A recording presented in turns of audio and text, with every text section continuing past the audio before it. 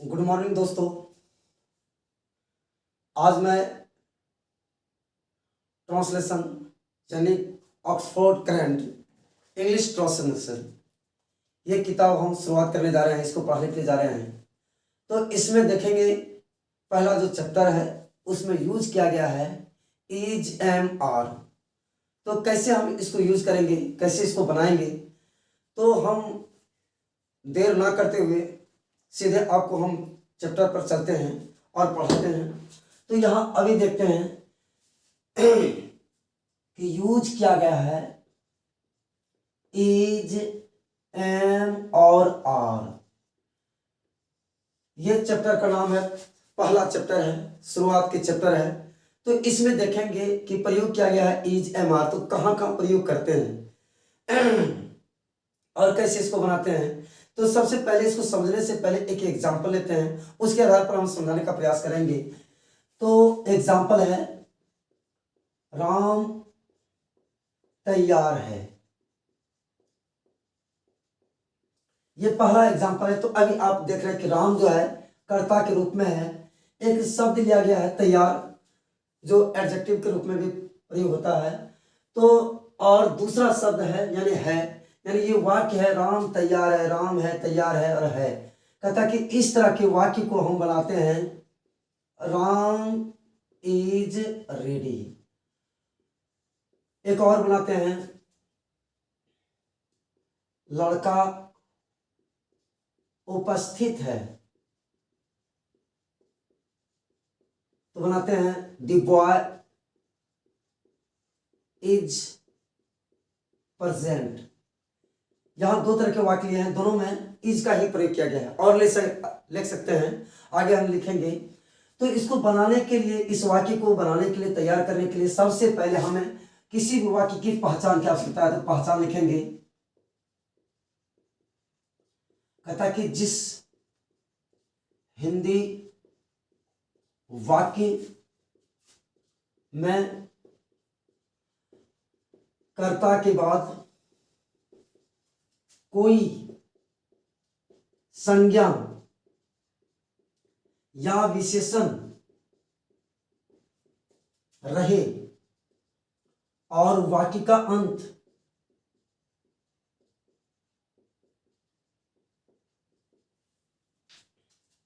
है, हैं, हो, हूं इत्यादि से हो, तो वाक्य इस प्रकार बनाया जाता है।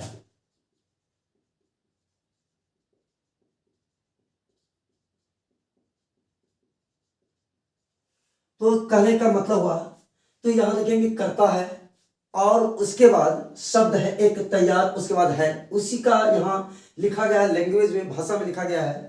कहता कि जिस हिंदी वाक्य में कर्ता के बाद कोई संज्ञा विशेषण रहे और वाक्य का अंत है, हैं, हो, हूं से हो, तो संभवतः इस वाक्य को हम इस प्रकार बनाएंगे। तो यहां देखेंगे, सबसे पहले लिखेंगे एस का मतलब होता है सब्जेक्ट, और हम इज एम आर का प्रयोग करेंगे। और इधर नाउन हो सकता है और इधर एडजेक्टिव भी हो सकता है, नाउन्स भी हो सकता है, बहुवचन यानी सिंगुलर प्लुरल दोनों हो सकता है। और बुक में इसको मान लिया ओ का मतलब है ऑब्जेक्ट, यानी पहले सब्जेक्ट लिखेंगे, सब्जेक्ट के अनुसार से जिस प्रकार से आएगी उसके साथ हम इज का प्रयोग करेंगे, एम का प्रयोग करेंगे और आर का प्रयोग करेंगे, उसके बाद नाउन लगाएंगे और एडजेक्टिव भी लगाएंगे। और उसी को सिंबल में लिखा हुआ है ओ का मतलब ऑब्जेक्ट। तो यहां एक एग्जांपल लेते हैं, जैसे तुम लोग होशियार हो, तो इसका बनाते हैं यू आर वाइज। सीता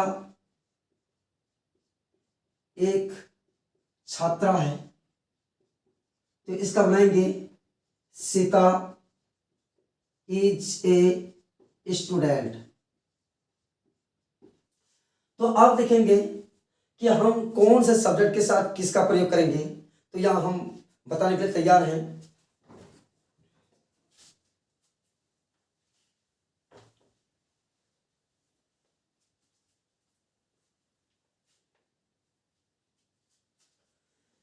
तो यहाँ आई सब्जेक्ट अगर आएगा तो इसके साथ हम एम लगाएंगे। ही आया, सी आया, इट आया और एक नाम आया तो समाप्त इसके साथ हम लगाएंगे इज। दूसरी तरफ देखेंगे यू, वी, दे और नेम्स, इसके साथ हम लगाएंगे आर। तो ये हुआ आपका सिंगुलर यानी एक वचन, और इधर हो गया आपका प्लूरल बहुवचन।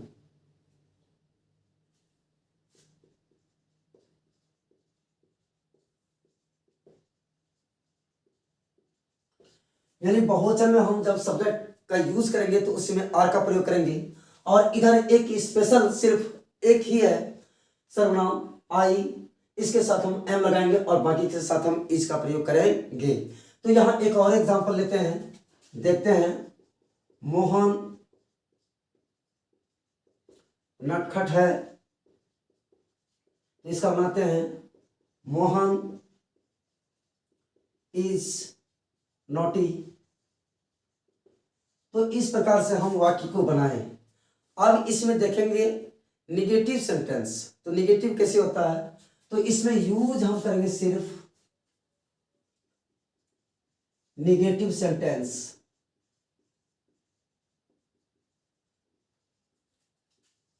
तो निगेटिव सेंटेंस का हिंदी होता है नकारात्मक वाक्य। और सीधे तौर पर इसका हम अगर स्ट्रक्चर लेंगे तो यहां होगा इस प्रकार से, S plus is M R plus not plus यहां जो आप लिखे हुए हैं नाउन और या एडजेक्टिव यानी वो जो लिखे हुए हैं इसका प्रयोग हम करेंगे। ये हुआ स्ट्रक्चर नकारात्मक वाक्य का। तो एक एग्जांपल और लेते हैं। वे लोग किसान नहीं हैं, तो इसका बनाएंगे दे आर नॉट फार्मर्स। यानी दे आर नॉट फार्मर्स इसका यूज करेंगे। जैसे हम लोग बेईमान नहीं है, तो इसका बनाएंगे वी आर नॉट डिसऑनेस्ट। तो इस तरह से निगेटिव बन के तैयार हुआ। फिर हम इंट्रोगेटिव जो है अगले वीडियो में बनाएंगे, और उसके साथ अन्य शब्द का हम लोग कैसे प्रयोग करेंगे। तब तक बहुत बहुत धन्यवाद, थैंक यू।